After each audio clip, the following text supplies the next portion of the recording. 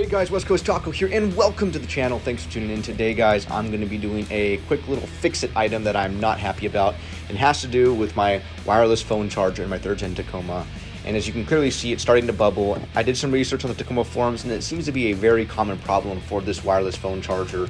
And I think it's just something that Toyota maybe cut some corners on and kind of sold themselves short with when they installed it and designed it. So today, I'm going to get this thing taken apart.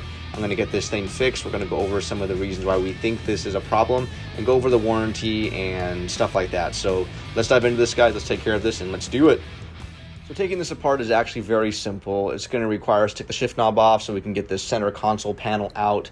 We're going to have to remove a couple of 10mm bolts in the center console itself, which will be very simple. And then I'm going to kind of do things my own way a little bit. You guys know me. I'm very careful with my stuff, and I like to be very careful in general with these panels. So first step here, let's remove the shift knob. And I can honestly not express to you enough that as you guys are removing these panels, take your time, be patient, and don't try to force anything. All of these panels are either held in by a tab or a clip, and they are actually pretty easy to remove if you just take your time and slowly wiggle and pull out on the right portions of the panel. If you start ripping and pushing and trying to force things, you could break a tab, you could break a clip, and now you're going to be left with even a bigger headache than where you started off with. And honestly, guys, this is the biggest reason I did this myself instead of taking it to the dealership. Not only am I already out of warranty and I don't like going to dealerships, but I just feel like no one's going to care about my truck as much as I do. So, make sure when you're doing this, you're looking out for the front of the panels so they're not hitting each other and causing scrapes. And then underneath, on the passenger side, you're going to find the harness for the shifter right there. There's a little tab. You're going to press it in, hold it down, and then slowly pull out the harness. It should come out without any, strain, and it should be pretty effortless, just like that. So as you're pulling this out, guys, you can see on microfiber towel I'm using to kind of pad between that and the charging station so I'm not scratching any of my panels. And as I'm pulling this up slowly yet surely, you can see that the vinyl portion is kind of caught on the handbrake. Guys, take your time. Don't use a trim tool and start prying stuff. Just get it inverted like this and then slowly pull up on it, and it will naturally come out without requiring you to pull and pry and maybe stretch or damage the vinyl. And like I said, just taking your time is the biggest thing I'm going to harp on, because if you do it and you do it correctly and you take your time, you'll be able to go through this fairly quickly still, but also minimize damage. So right now I'm using the microfiber towel on my infotainment screen just to kind of keep it from getting tapped or touched by my panel as I'm working on this. So that part is done. So next step, guys, is we're going to remove the 3 screws. You're going to need a Phillips head screwdriver. There's a screw right there between the cup holder portion and the shift column area, a screw on the left, and a screw on, where is it? On the right there. So 3 Phillips head screws, get a screwdriver, super simple. Once again, guys, these items are plastic. Take your time. They can crack, they can break. No reason to rush it or force something and then have a bigger problem on your hands. So guys, in regards to the warranty for this, yes, there is a warranty. However, if you're over your 3 years, they're not going to fix it. And I believe if they fix it, they're just going to put a new pad in, and you're going to have the same problem once it heats up again. So ordered this part. It's only $40. It's not the whole charging pad. It's just a portion of the charging pad, and it's the rubber portion. So, not a huge expense, but I'm going to do things a little differently. I'm going to actually use WELD to secure the rubber to the charging pad. Guys, I've never used my charging pad, like I said, and I'm not expecting to ever use it. From what I've heard and seen people that have used it, never have really good things to say about it. They say it charges slow and your phone has to be in just right and blah, blah, blah. I've honestly just used it as a little compartment to put my stuff into. So, that's just me. All right, so as we're undoing these tabs here, guys, on either side of where the shift column is, I want you guys to make note, be very careful with these tabs. There's 2 pieces that come together, essentially the center console portion and then the other trim piece that has the cup holders and the charging portion. You can see these little tabs here. Press down on the bottom portion, lift up on the top portion, and they should disconnect pretty easily. Just take your time and shouldn't have any issues there. Once you do that, go ahead and slowly lift up your center console, but make note there is a little wire harness that attaches to your C USB inputs that are inside of the center console. So don't pull too hard or too tight. You can disconnect things. I didn't have to, but just be careful with that as you're doing it, because you can cause damage if you push up too hard and start ripping things around and not realizing what's connected. As you're removing the charging station panels, guys, take your time. Slowly wiggle it, slowly pull. Just, let it do its thing. Don't try to force or pry or use a tool. There's no other screws in there. It's all just connected through clips and tabs, and it will eventually pop out as you work it out. As you're pulling it up, be careful not to scratch anything. As you can see, I'm trying to be as slow and methodical with each step I take to try to minimize any damage. And you can see those two tabs right there is where those inserted into from the bridges of the column. Also, do not forget about unplugging the charging harness that attaches to the charging pad. I'm going to circle it real quick here, but wanted to make note of that for you guys, because you'll notice as you're doing this, there might be little items that are connected to certain portions of the panels. If you forget to do that, it's going to hang you up a little bit, so make sure you're kind of just double backing a little bit and checking those harnesses to make sure everything's unplugged and no wires are being strained or pulled or ripped, God forbid. So here's the panel itself, guys. Look at this thing, all bubbled up. In my opinion, guys, just a huge design flaw. I think what's going to happen is I'm going to take it apart and we're going to see that there's nothing holding it down to the actual charging pad. It's just kind of floating there. And, kind of disappointed. We spent a lot of money on these trucks, and here's the brand new one. Brand new one I just got in, ordered it from Spark Parts. And as you can see, there it is, hollow. Nothing adhesive or anything attaching it to the charging pad. And I've seen a lot of other designs from Toyota, and I feel like they could have just done a lot better. I'm going to throw them a bone and assume that they were going to try and make it rubber like they did to increase its durability. But I've seen a lot of other models that are more of a plastic material, and I really wish they would have done that with this charging station as well. So what we're going to do is we're going to remove 5 screws, and these will essentially take the charging panel off of this trim panel and allow the charging panel to be free. And then we're going to be removing a few more screws here to remove the actual charging pad from the charging pad panel.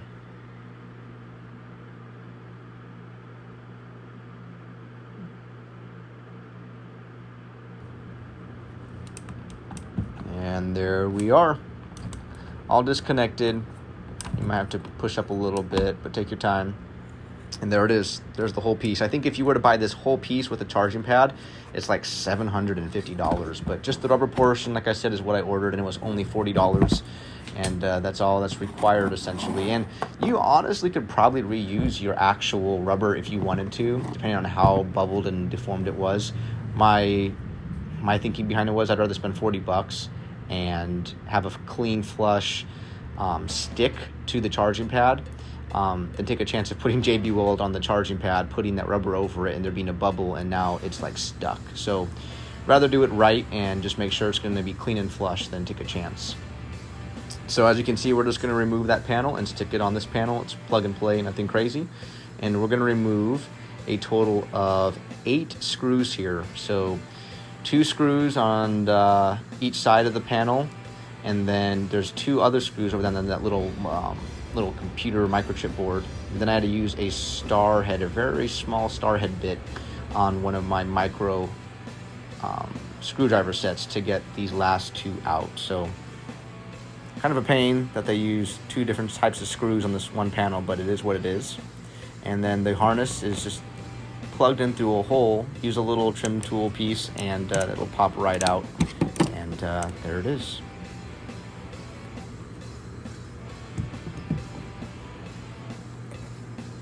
All right, so now we have everything out. We're going to take this to my tool bench and we're going to get the adhesive process started. So one thing to make note of, guys, as we're kind of talking about what could cause this, from what I've read, from what I've seen, it's heat. Heat is the #1 issue. But what's interesting is that a lot of people that have had this happen have never even used their wireless charger before, and people that have used it are still experiencing it. So it's not like one or the other, but I don't think the heat is necessarily just from this pad. I think it has a lot to do with just the way it's designed, and the rubber gets cold and hot and cold and hot, and it causes it to kind of warp. So really poor design, at least from what I'm seeing. And let me know if you've had a different experience, if you've either one, have this issue, have had the issue, or if you just love your wireless charger. But for me, guys, like I said, I don't use it. I'm just gonna glue the pad, the wireless charging pad, to the rubber essentially with JB Weld. And this is a high heat. This can sustain up to 550 degrees. So if your truck is over 550 degrees, you've got bigger problems. So this should work very well and should hopefully keep the rubber attached to the charging pad without any issues. So let's apply this JB Weld. What I am going to do is I am going to go ahead and make sure that when I apply the JB Weld, I'm applying it around the screws on this board to make sure that if I ever wanted to take off the board, I could do it without having to worry about the screws being sealed in there. But honestly, guys, like I said, I'm not going to be using this portion of my truck to do anything else but maybe hold a phone or an item. But I'm not worried about the charging aspect. I never charge my phone in my vehicles, like, ever. And let's go ahead and do this and kind of seal the fate of it. If I ever decided for some crazy reason to sell or trade in my truck, I would honestly just buy a new charging pad and install it. I wouldn't want to, give this to somebody without them having the ability to use all the features. But to me, it's not necessary and just kind of pointless. And I think I would have honestly preferred there to be no wireless charging station than have what I have here. So as we're finishing up the last few screws, we're going to put the harness back into the little clip here and install the little Microsoft board thing and get this thing going. So just rubbing over here the top portions to make sure the JB Weld is done, and let it sit for 6 to 8 hours. What I'm going to go and do is let's pop apart this old rubber pad and kind of just see what the design is like once you remove the outer portions of the trim. I'm going to assume that essentially glued down on the edges, and the middle is just obviously free floating with nothing to keep it down to the charging pad. And yep, that is the case. Nothing really exciting to see here. Like I said, disappointing that we spend this much money on these vehicles and, just in a few years having issues. And like I said, for me, I'm not even putting my truck in harsh conditions, and I keep it in the shade like 99% of the time. So yeah, it is what it is. But next morning, guys, it's ready to go. Let's reinstall these 5 screws and get this reinstallation process going.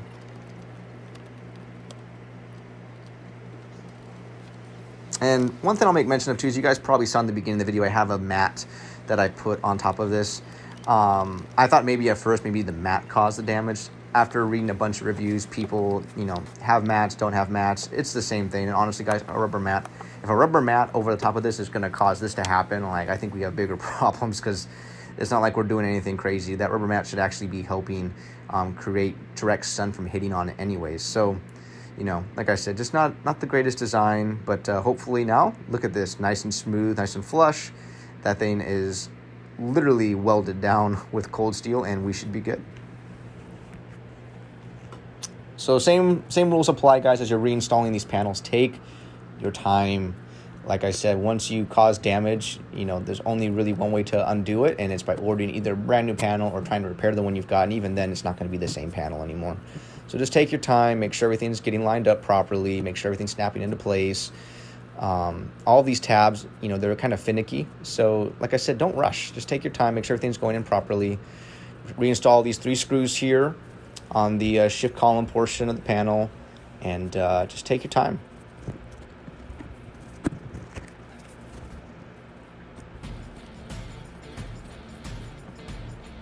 And guys, if you have had, like I said, great success with your charging panels and your Tacomas, and you've had 0 issues, throw it in the comments section. Or if you've had issues, throw it in the comments section. I'd be curious to hear your story. And I really hope this is helping you guys that have been struggling with this. I saw a guy actually on Tacoma forum who used like 3M double-sided adhesive spray, and within like a couple weeks or a month, it popped up again. So I'm assuming with the JB Weld, this thing will be done, and it will not be popping up anytime soon. So hopefully this is a more concrete way to keep this pad in its place and to stop any bubbling from reoccurring.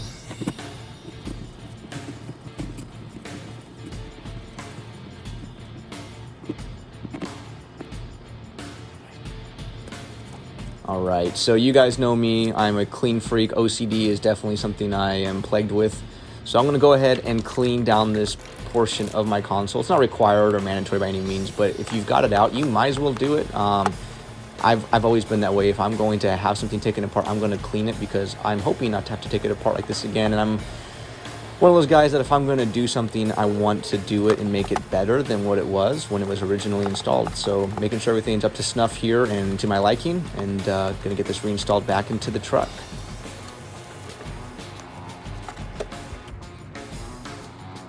Okay, great. Once again, don't forget about that harness, guys. I've seen it happen before as you're reinstalling something. Little things can kind of slip by and you can forget to reinstall certain portions. So make sure everything's getting reclipped back in the way it was supposed to. Follow these steps and you shouldn't have any issues. Work that boot down, the handbrake nice and slow. Now with this, guys, be very careful as you're reinstalling it. As you can see, there are clips on either side and little tabs. Take your time, make sure everything's lined up, slowly press down, don't be hitting, don't be punching anything. You know, don't bring out your mallet. Just go ahead and just kind of push everything down until it starts to clip in. And as you start to hear those little clips happening, you're getting reassured that everything's popping into place accordingly. Now, what I will say is as you're doing this, make sure you're checking out both sides, because on my driver's side, I went to the other side and found out there was a little clip that didn't pop in all the way. So recheck your work, make sure everything's lined up, and then repop everything back in. All right, and next, let's reinstall this shift knob after we confirm everything's good to go. Get that spun back on. Get it nice and tight. Line it up, snap it in. Boom. Great. Okay, quick wipe down, guys, and a vacuum. And for those of you guys who are interested to see if it still works after putting JB Weld on it, which I doubt it's going to work, let's give it a test run and see what happens. All right, so as you can see, I got the charging pad turned on. I'm gonna stick my phone in there. And guys, I'm almost 99% sure it's not gonna work, and I'm not seeing anything. Let me try and adjust it here to see. And guys, honestly, I never even had the greatest success of getting it to turn on before. I think I tried it when I first bought it, but yep, nope, looks like it's done. All right, guys, and that's a wrap. If you guys have any questions, feel free to throw in the comments section. As always, I am more than happy to help. Obviously, today wasn't exactly a very fun video, and I'm frustrated a little bit still about the whole scenario and the way it played out, but all's well ends well. I got a bunch of content, guys, I'm currently working on, and I'm excited to get it out to you guys, so I'll be talking to you soon. See ya.